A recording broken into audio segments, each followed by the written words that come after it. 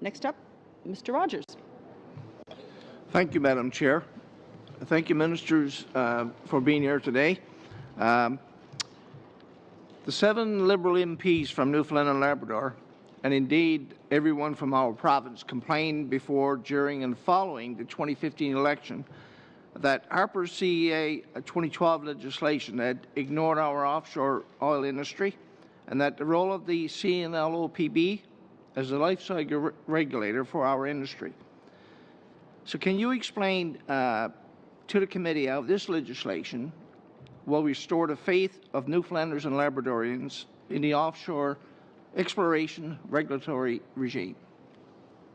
Well, I'd like to thank the member for the question and to let him know how much I am enjoying my visits to Newfoundland and Labrador, including visits to describe the process that led to this legislation, including very important meetings with the industry and others, including an assessment of the offshore board and the contribution that it has made over the many years that it has been in operation, and to learn from the advice given to us during the consultation process, which led us to the conclusion that the offshore boards had lots of expertise that should be considered as an important part of environmental impact assessments, and they will be, according to this legislation. We respect the accords. We understand how important they are to Newfoundland and Labrador and to Nova Scotia. So we consulted, we heard the advice.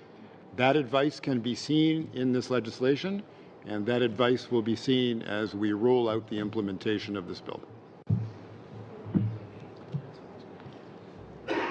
Thank you, Minister. I guess a very similar question, but just another point. As you said, you were recently in St. John's and speaking to industry leaders in the offshore oil and gas. And the feedback you received from the MPs and stakeholders, of course, that all result in any provisions in the legislation to address your ministry's obligations under the Atlantic Accord.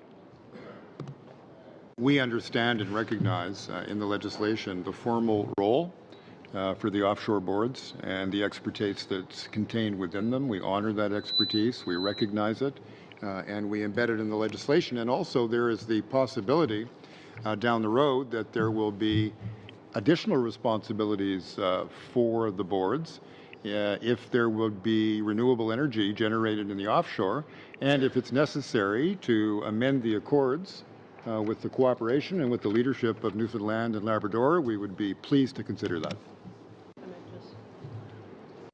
I might just add that it was very useful hearing from the members of Parliament from Newfoundland and Labrador, express strong views. And one of the things that we believe is an opportunity is through the project list. So we are doing consultations on the project list of avoiding the need for a separate impact assessment for offshore exploratory drilling activities where a regional assessment has been carried out. We think that that's something that we heard, that was an opportunity to be more efficient, not reinvent the wheel every time. And that was in direct response from from having good discussions with industry in Newfoundland and Labrador, the government, and also our members of Parliament. So thank you.